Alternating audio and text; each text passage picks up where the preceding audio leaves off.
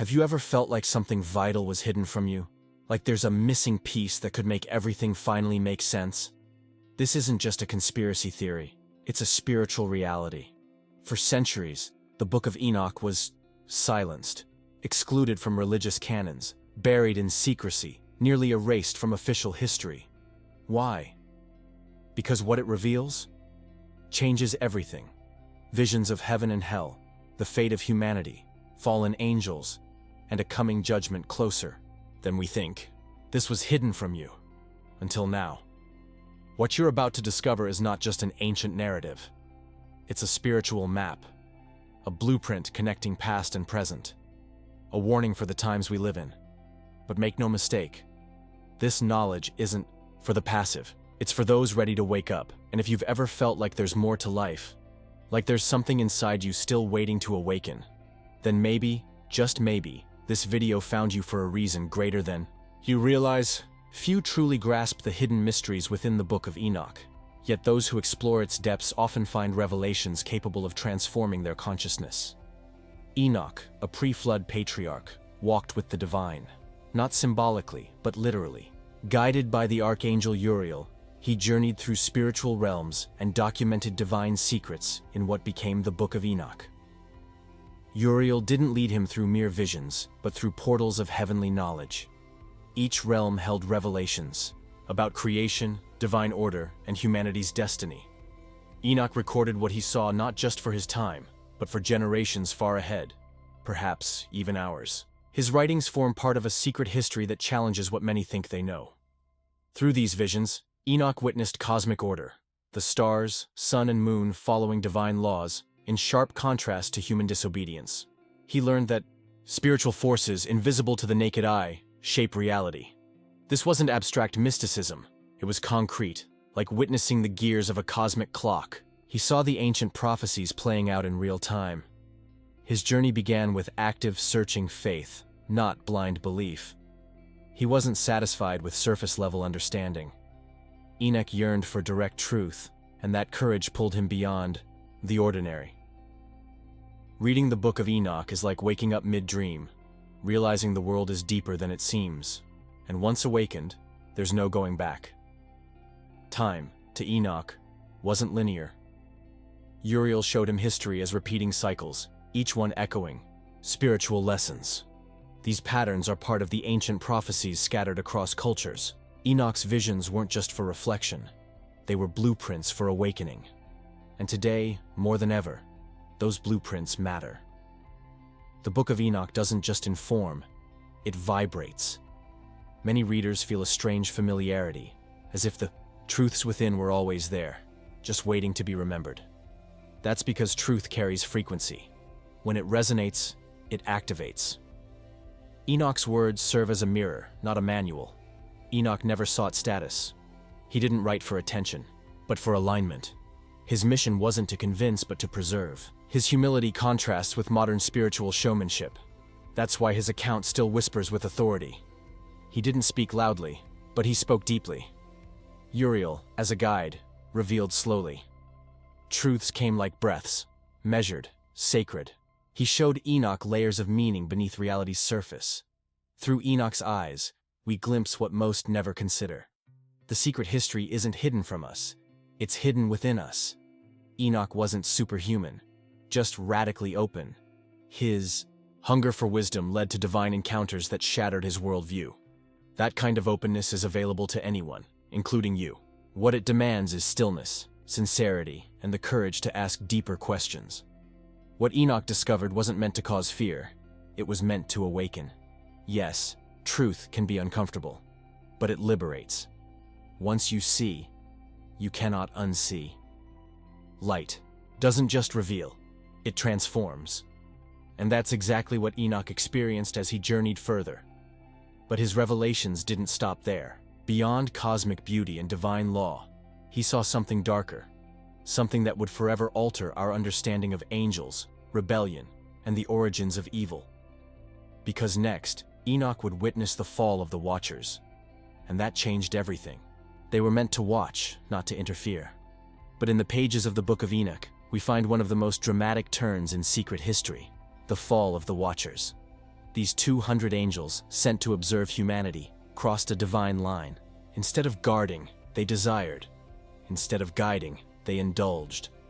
And that decision changed heaven and earth. Imagine celestial beings, radiant and mighty, descending to earth. Not to bless, but to take. They took human women as wives, defying divine law. Their union birthed the Nephilim, giants of immense power and overwhelming corruption. What began as curiosity became chaos. Ancient prophecies had warned of such transgressions. Yet here they were, unfolding. The Watchers didn't just fall in love, they rebelled. They introduced forbidden knowledge, weapon-making, enchantments, astrology. They gave humanity tools it wasn't ready for, unlocking power without wisdom. Enoch watched, the world tilt under the weight of this premature awakening. It was the dawn of imbalance. A world once blessed with simplicity, now echoed with greed and fear. The Nephilim became tyrants. Blood followed their steps. Nothing was sacred. The cries of humankind rose like smoke, and heaven could no longer remain silent. Divine order had to act. Enoch witnessed the aftermath. The earth groaned. People no longer lived, they endured. Skies darkened with spiritual oppression. Humanity, once innocent, became a playground for beings never meant to dwell among them. This wasn't just corruption, it was desecration. Still, the Watchers wanted more. They built kingdoms, corrupted minds, and posed as gods. Doesn't this sound familiar? Even today, some chase power as if they'll live forever. These ancient patterns began here, with pride over purpose.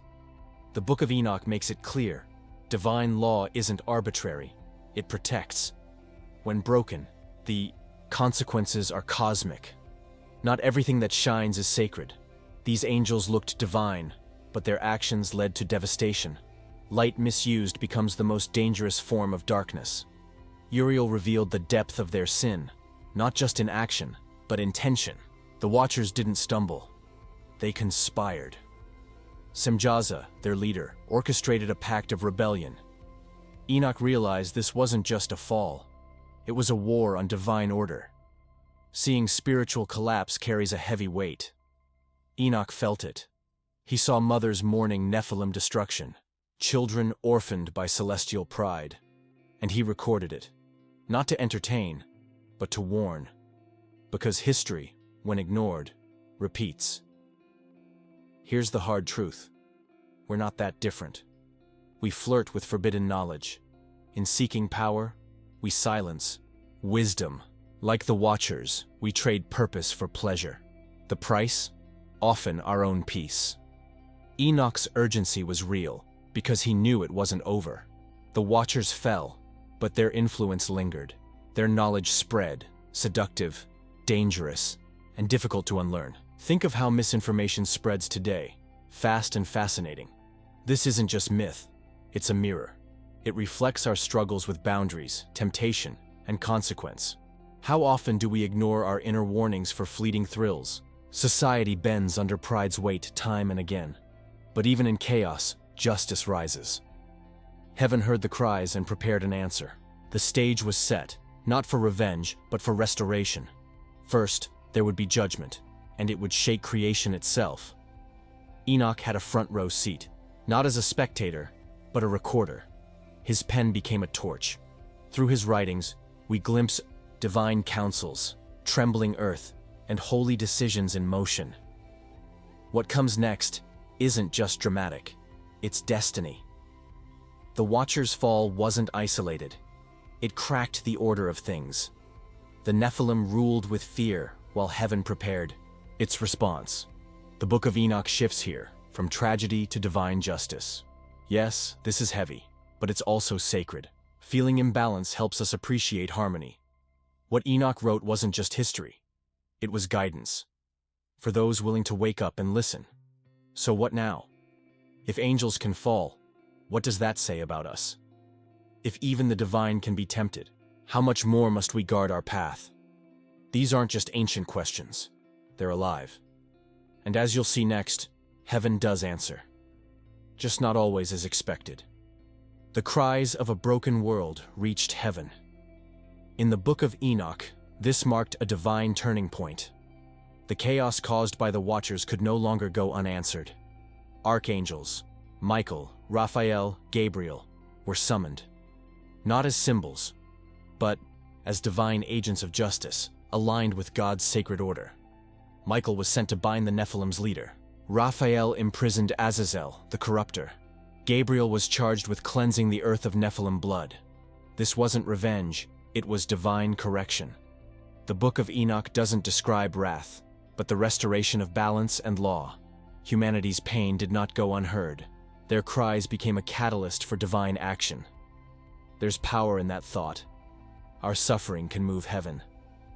Justice might not come quickly, but it is never absent. Enoch witnessed that truth unfold firsthand.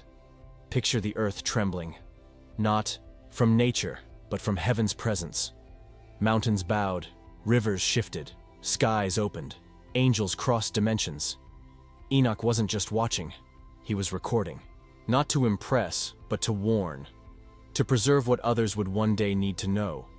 Azazel was cast into a desert pit, isolated until Judgment Day. His corruption ran deep. This punishment wasn't just about confinement, it was containment. Even today, we deal with knowledge too powerful, too dangerous. Some truths demand responsibility we often ignore. The Nephilim were destroyed, but their spirits remained. These became the wandering forces of darkness, what many now call demons. They feed on fear, confusion, and chaos. Enoch warned us long ago. This part of secret history echoes into our present. How often do we wrestle with voices or urges that don't feel like ours? Could some of those battles be spiritual, not just psychological? Enoch would say yes, and this moment marks the origin of that ongoing war. The flood wasn't only a natural disaster, it was a divine reset, a spiritual cleansing. God's instruction to Noah wasn't random, it was restoration in action. In every act of judgment, the seed of healing is hidden. Restoration isn't soft, it's precise. Each fallen angel received a judgment that matched their crime. No vague punishments, just divine accuracy. A reminder, truth exposes everything. Sooner or later, every secret stands in the light. Uriel led Enoch through all this, not just to show outcomes, but to reveal God's heart. Justice and compassion weren't opposites. They moved together. Punishment wasn't rage. It was mercy guided by wisdom. Enoch saw this and didn't grow bitter. He grew reverent. He saw judgment as love in its strongest form. A parent restoring a lost child. The God in Enoch's visions wasn't angry. He was holy and heartbreakingly just. Amid judgment, there were promises. God showed Enoch glimpses of a healed earth. A world where righteousness would walk among men again. This wasn't the end. It was groundwork for something greater. A coming kingdom. And God didn't hide this future. He asked Enoch to write it down, not for fame, but for us. For a time like now, when the world once again teeters on the edge of forgetting. This wasn't hidden. It was preserved. The flood wasn't the conclusion. It was a passage. Through it, a remnant was saved. Not for perfection, but for willingness. Willing to hear, willing to follow, willing to align with higher truth. That invitation still stands. Divine justice continues even now. Not through thunder, but through conscience. Through the quiet awakenings of the soul. What Enoch wrote wasn't locked in time. It's living. It breathes. It calls. So when injustice seems unanswered, remember? Heaven hears. The gears of divine justice turn slowly, but they never stop. And just like in Enoch's days, there's always a Noah. Someone who listens. Someone preparing. And if you're wondering what comes after justice, what rises after the storm clears, then you're ready. Because what Enoch saw next wasn't punishment. It was a glimpse of divine design. Enoch was no ordinary man, and what he saw was no ordinary vision. Guided by Uriel, he was taken beyond Earth's chaos into the divine blueprint itself. There, he saw creation not as randomness, but as a masterpiece. Stars, winds, waters, each moved with purpose, bound by sacred law. The Book of Enoch reveals a universe alive with divine intelligence. Imagine seeing the gears of the cosmos. Enoch witnessed the paths of the sun, moon, and stars, all moving in perfect harmony. Every sunrise, every season, was part of a divine rhythm. Even time bowed to God's design. This wasn't poetic, it was architectural. Today, we often overlook this. We rush past the sky, blind to its message. But Enoch's vision reminds us, creation speaks, it teaches, it declares God's glory, literally. We just need to pause long enough to listen. He saw the storehouses of wind and rain, the energy in mountains, the obedience of oceans. Even lightning served a purpose. Nature wasn't wild, it was disciplined. Every element had a role. Enoch saw reverence where others saw chaos. Obedience wasn't just for angels. The stars obey, the tides obey. The sun never forgets to rise. Yet humans, gifted with choice, often resist alignment. This broke Enoch's heart. Because where there's rebellion, there's imbalance. The Book of Enoch elevates creation and contrasts it with human fall. While the cosmos remained faithful, people chased disorder. It wasn't just a warning, it was a call back to harmony. What if we saw Earth not as a resource, but as a mirror of heaven? That's how Enoch saw it. Mountains as altars, rivers as sacred veins. The planet wasn't just livable, it was living wisdom. That humbles you, doesn't it? To realize the sky is older than every empire, wiser than any philosophy. The sun's steadiness, the moon's silence, their sermons. Enoch paid attention, and so can we. He also saw the invisible behind the visible. Currents of justice, mercy, and timing flowing through nature. Nothing was random. Delays were divine. His lens shifted, and it can shift ours too. Next time you're overwhelmed, look up. The heavens offer perspective. Peace isn't found in control, but in understanding our place in something far bigger. Enoch learned this firsthand. Uriel explained that divine systems aren't fragile. They're self-correcting, trustworthy. Unlike human systems, they don't need manipulation, only reverence. That's why surrender isn't weakness, it's wisdom. Enoch saw it clearly. God's order versus man's deviation. It wasn't just nature, it was soul deep. When we align, peace follows. When we resist, life grinds. Alignment isn't religion, it's resonance. Ever had a day where everything flows? That's what alignment feels like. It's not luck. It's living in sync. Enoch's vision reminds us, it's possible, but ego must step aside. The deeper he went, the more symbolic creation became. Trees were growth, water was movement, earth was a teacher. To live in harmony with nature is to live in harmony with the divine. Want to apply this? Don't just search for answers online. Watch a sunset, feel the breeze, listen to a stream. These are sacred whispers. Enoch heard them. We can too. He wrote with no separation between spiritual and natural. It was all one. Heaven didn't hover above. It breathed through creation. Trees, stones, stars. They all whisper, "Come back." Enoch never stopped listening. That's why he was chosen. His heart was tuned. His vision was clear. And through his words, ours can be too. Just as he embraced this harmony, he was shown something deeper, a glimpse beyond this world, into the destiny of souls. There are moments in the Book of Enoch that feel less like stories and more like lightning striking the soul. One of those moments is when he's taken beyond the veil, into realms few could imagine. Uriel guides him through dimensions not bound by time or space, where the destinies of the righteous and the wicked unfold. What Enoch sees next is both breathtaking and terrifying. It's not just a vision, it's revelation. First, he's shown the resting place of the righteous. It's serene, bathed in divine light. Peace flows like a river. Souls here are not just waiting, they're rejoicing.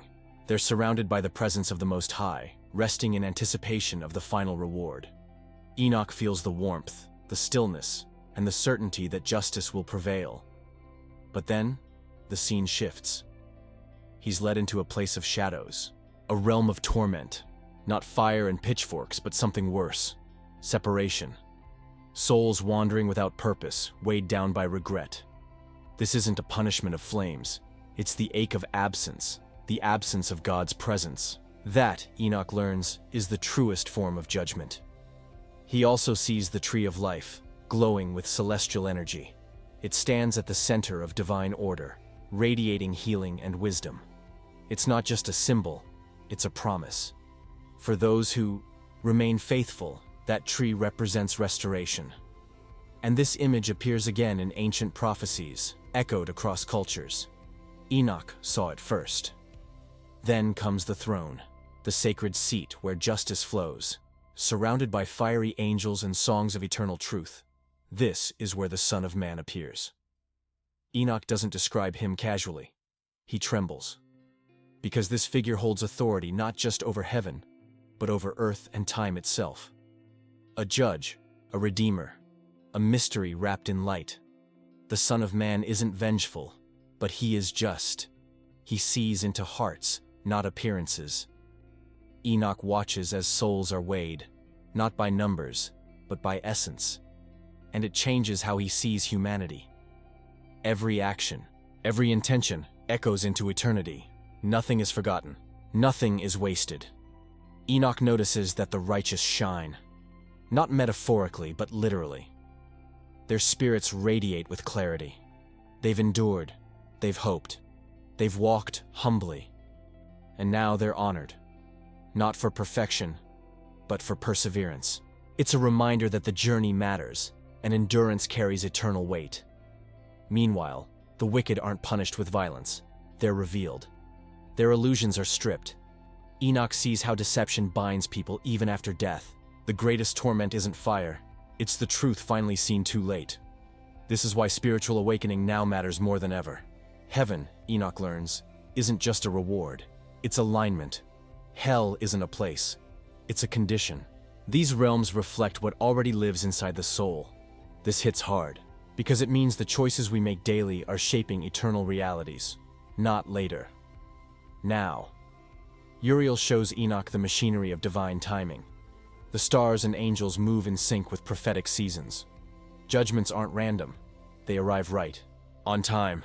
And while the wicked fear what's coming, the righteous await it. Because for them, the end is not loss, it's fulfillment. This vision shakes Enoch, but it also awakens him. He understands that all things are moving toward a grand convergence, a moment where truth, mercy, justice, and glory meet. And the Son of Man stands at the center of it all, not as myth, but as the cornerstone of eternity. And what about those who wander now? The lost, the doubtful, the broken. Enoch sees them too.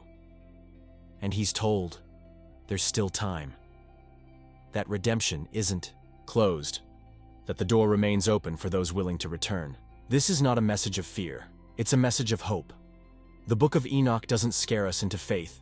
It invites us into awareness. It says, look beyond the surface. See what truly matters. Because what we build now, character, love, obedience, echoes forever. That's not poetry. That's reality. Even judgment is framed with compassion. Enoch sees that God isn't hasty. Every verdict is preceded by patience, warnings, chances. Divine justice is thorough, but never cruel. This changes how we see the end times, not as chaos, but as divine closure. In the end, Enoch doesn't return with fear.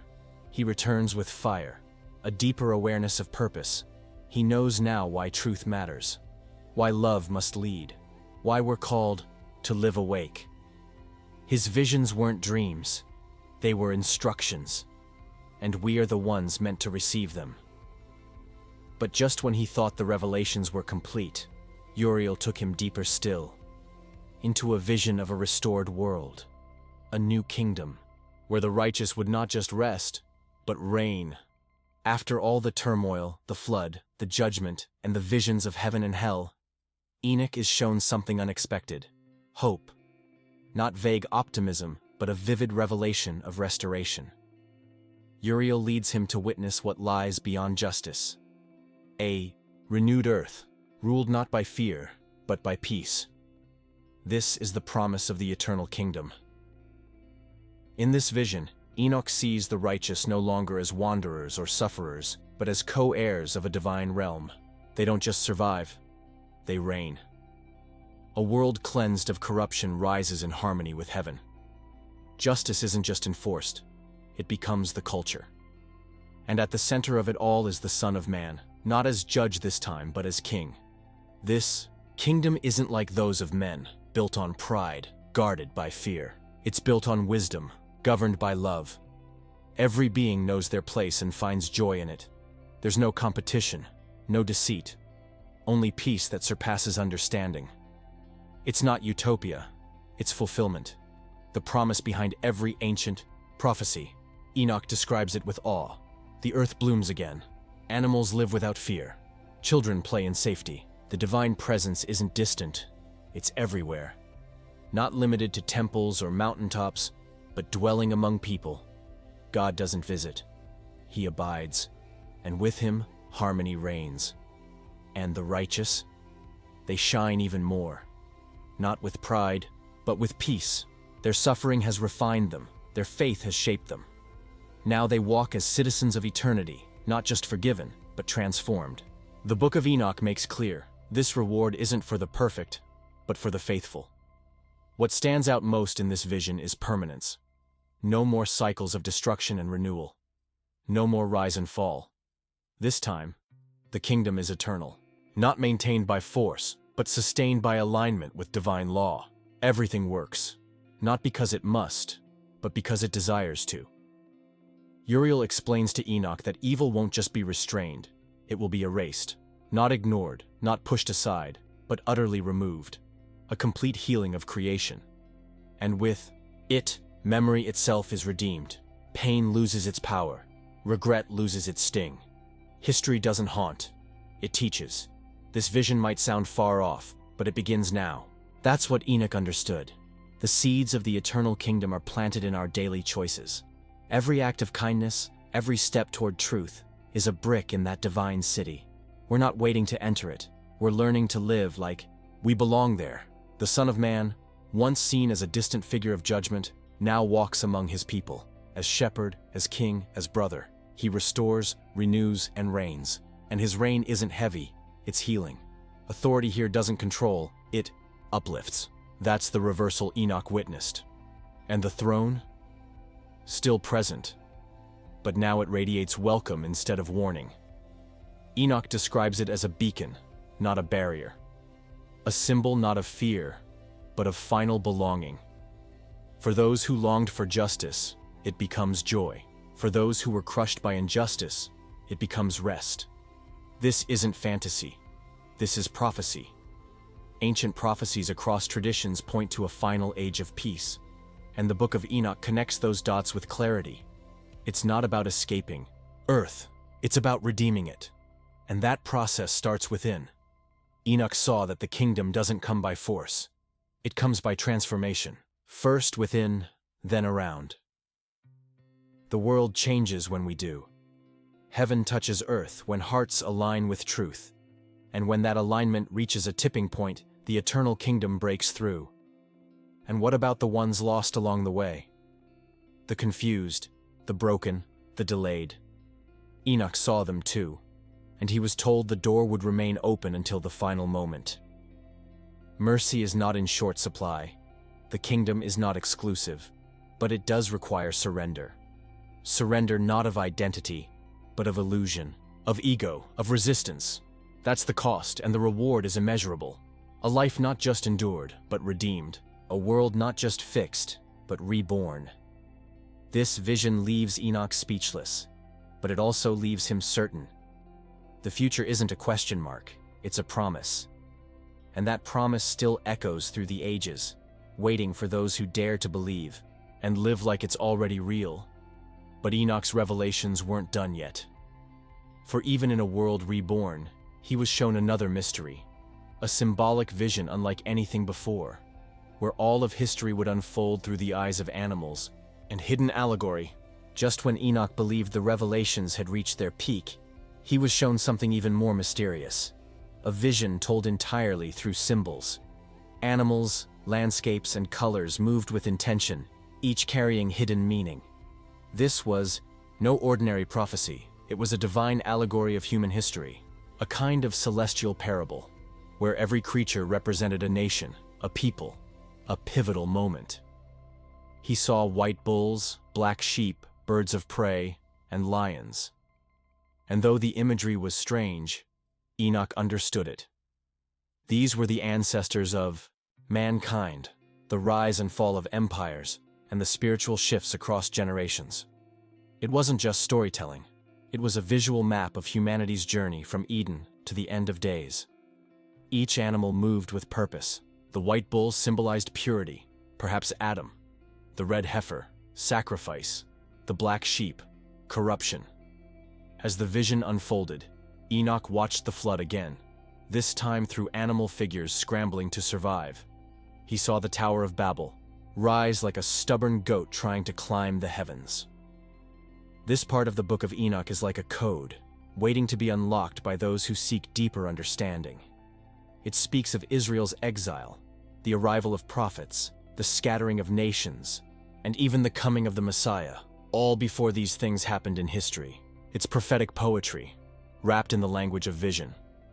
One of the most powerful moments is when the great sheep arrives, a messianic figure, glowing with light, leading the blind out of darkness. The other animals follow, drawn not by fear, but by truth. Enoch watches this unfold and realizes, this vision isn't just about the past, it's about the choices we still make today. This allegory is more than symbolic art, it's a mirror.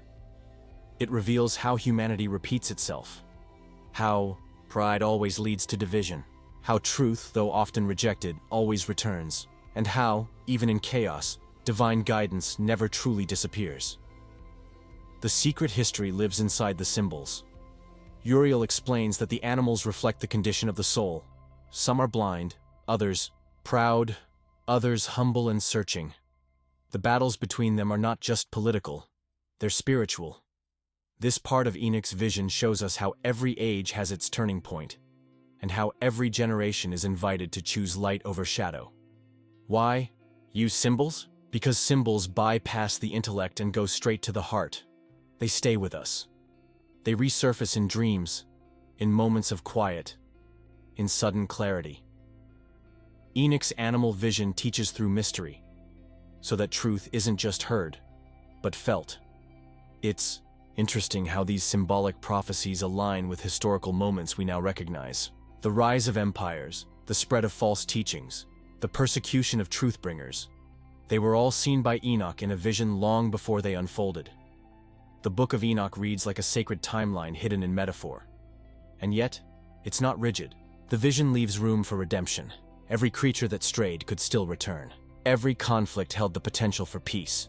The future wasn't fixed. It was formed by faith, by choice, by awareness. That's the hope inside the allegory. Imagine if you could see history this way, not as names and dates, but as a living story with lessons pulsing beneath the surface. That's what this vision invites us into. A chance to see the bigger picture and to find our place in it. Enoch isn't just a spectator here, he's a scribe. He records every detail not to impress, but to prepare. Because he knows that someday, someone, maybe you, would need this vision to make sense of the present. That's the brilliance of symbolic prophecy. It speaks across time. Even now, we live in an age of signs, shifts in culture, crises in leadership, spiritual hunger rising. And just like the animals in Enoch's vision, we're being drawn, either toward clarity or confusion. The question is, can we recognize the signs? This chapter reminds us that not all wisdom comes loud. Sometimes it arrives wrapped in mystery. But for those who lean in, who reflect and seek, those symbols begin to speak. And what they say is both humbling and empowering. Uriel made sure Enoch understood. The vision wasn't meant to confuse, but to illuminate. It's a treasure map for the soul, and the more we align with its truth, the clearer our path becomes, not just spiritually, but historically. And as this incredible vision of symbols fades, Enoch is shown yet another layer of truth, the unfolding of history through a sequence of divine weeks. 10 epochs, each carrying a sacred purpose, guiding creation toward its final restoration. After decoding the symbolic visions, Enoch is shown one of the most astonishing revelations in the Book of Enoch, a divine timeline. Not in years or centuries, but in 10 weeks, each representing an age in human history. This wasn't just prophecy. It was a sacred blueprint, a celestial countdown unfolding step by step toward ultimate restoration. In the first week, Enoch sees the foundation, Adam, the origin of mankind, and the awakening of spiritual awareness. The second week brings Enoch himself and the era of divine revelation, a time when humanity still remembered the heavens, and heaven in turn whispered back. The third week reveals Abraham, a man chosen not for perfection, but for faith. This age was about covenant, trust, and the planting of divine promise on earth. It was less about religion, more about relationship. A turning point that still echoes through spiritual traditions today. In the fourth week comes Moses and the giving of the law. This age was marked by clarity. The divine will was etched in stone, literally. Enoch saw that this wasn't about control, but guidance. Like a compass for lost wanderers, the law pointed towards sacred living. The fifth week shows the rise of holy temples, a space for heaven, to meet earth. But even in that holiness, Enoch sees the seeds of future corruption. As the temple rose, pride crept in. What began in purity risked turning into ritual without purpose, a warning wrapped in foresight. Then comes the sixth week, a time of division and exile. The people stray from truth, and consequences follow. Enoch weeps as he watches truth exchanged for comfort and guidance replaced by greed. But even here, a glimmer remains. Not all is lost. The divine thread still weaves quietly through the faithful few. The seventh week is when the tide begins to turn. A new light emerges. Enoch sees the arrival of a figure who will challenge the status quo, reveal deeper truths, and invite all back to alignment. Though unnamed, the image strongly resembles the Messiah, a teacher, a healer, a redeemer. In the eighth week, judgment begins to take form. Not the chaotic judgment of wrath, but the precise justice of a holy order. Here, Enoch sees people awakening to their true nature. Some resist, others remember. The separation begins, not as punishment, but as clarity. Light begins to distinguish itself from shadow. The ninth week shows the world trembling. Systems collapse. Truth rises. The righteous shine like the stars. This isn't the end, it's a clearing, a refining fire, preparing earth for something new. Enoch sees that even destruction can be a form of mercy, when it clears space for what's divine. Finally, the 10th week, where all things converge. Enoch watches as the eternal kingdom is fully established. Evil is erased. Peace becomes permanent. The Son of Man reigns not as a symbol, but as reality. Heaven and earth finally move in complete unity. Not a dream, a divine appointment. Each week in this vision isn't just a time marker, it's a phase of human growth. A process of remembering, forgetting, falling, rising, and ultimately, returning. Enoch understood that history isn't linear, it's spiritual. And these weeks are like heartbeat rhythms of a greater cosmic plan. Uriel explains that this timeline was never meant to predict dates, but to awaken perspective, to remind us that we are living inside a divine story, not outside of it. That every era, even the painful ones, serves a purpose. And that purpose always bends toward restoration. What strikes Enoch most is the pattern. In every decline, there is a spark. In every exile, a return. In every silence, a voice preparing to speak. The Book of Enoch doesn't just predict, it prepares. It asks, can you recognize the week you're living in? Perhaps that's the question we're meant to carry, because these prophetic weeks aren't locked in ancient scrolls. They're alive in the decisions we make, the truths we follow, and the love we choose. The timeline isn't behind us, it's unfolding within us. And as this final week settles into eternity, Enoch is given one last task, a message for the future, a voice to echo through generations, not to predict doom, but to spark remembrance. Because even after all these visions, there was still one more chapter, his final words of warning, hope, and blessing for those yet to come. As the final vision draws to a close, Enoch turns from observer to messenger. With eyes full of what he's seen and a heart heavy with urgency, he speaks directly to future generations. These are not the polished words of a scribe. They are the final admonitions of a man who walked with angels, saw heaven's courts, and touched the edge of eternity. He begins not with threats, but with a plea. Remember. Remember who you are. Remember where you came from. Remember the divine spark within you. Enoch knows how easily the human soul forgets, distracted by comfort, noise, and illusion. So he raises his voice, not to scold, but to awaken. He warns the wicked, not with condemnation, but with sorrow. There is still time, he says. Turn back, align yourself. The path may be narrow, but it is open. And it doesn't require perfection, only willingness.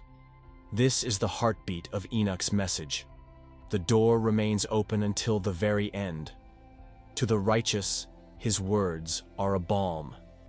He blesses those who endure, who choose light in a world of shadow. He honors those who remain faithful when truth is unpopular.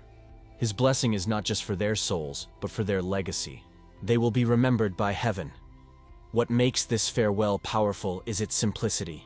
Enoch doesn't speak in riddles here.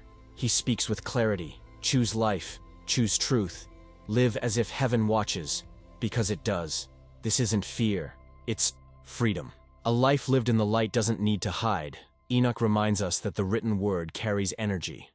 What he recorded wasn't just ink, it was intention, a transmission across time. That's why his message still stirs something in the soul. It was never meant to stay locked in ancient scrolls. It was meant to find you. He offers one final encouragement. Don't give up. Even if the world grows darker, keep your flame. Even if others mock or misunderstand, stay the course.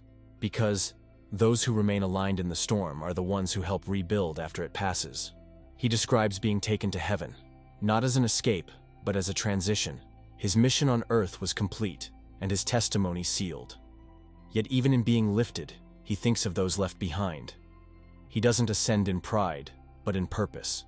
A faithful witness returning home. Enoch leaves behind not just warnings, but hope. His blessings are like seeds planted in the soul, waiting to grow. He speaks of a time when truth will flood the earth again, when the righteous will rise with strength, and when the glory of God will no longer be hidden. This final chapter of the Book of Enoch isn't closure, it's commission, a calling to live awake, to walk with intention, and to pass on the truth. You don't need visions to live prophetically. You just need a heart tuned to what matters. Enoch's journey ends where ours begins, with choice. Will we live by fear or by faith? Will we forget or remember? Will we drift or will we align? The answers aren't written in the stars. They're written in us. And though his voice may seem ancient, it is strangely familiar, like a whisper you've always known. Because what Enoch carried wasn't just prophecy. It was a reflection of our deepest longing. To return, to rise, to remember. So take this blessing. Carry it forward. You are not forgotten. You are not alone. The same divine wisdom that guided Enoch still guides those who seek. And this story, his story, now becomes yours to continue. Now that you've seen what was hidden, what will you do with it? You've walked through ancient visions, divine warnings, and prophetic truths that still echo today. The Book of Enoch wasn't just history, it was a mirror, a guide, a wake-up call. And if you've made it this far, it's because something inside you is stirring. That's not by accident. That's alignment. So I ask you, will you let this be just another video, or the beginning of a transformation? Will you keep living distracted, or start living awakened. Because now you know. And once you know, you can't unknow. Truth demands a response. Apply what you've learned. Reconnect with what truly matters. Take time to reflect, to align, to seek. Read sacred texts. Watch the stars. Watch your heart. Because your choices echo far beyond the present moment, they shape eternity. Now tell me in the comments, what resonated with you the most? What week are you living in? Are you the seeker, the witness, the one awakening? If this message stirred something inside you, make sure to subscribe and turn on notifications. There's so much more to uncover, and this is just the beginning. Let's walk this journey together, one revelation at a time.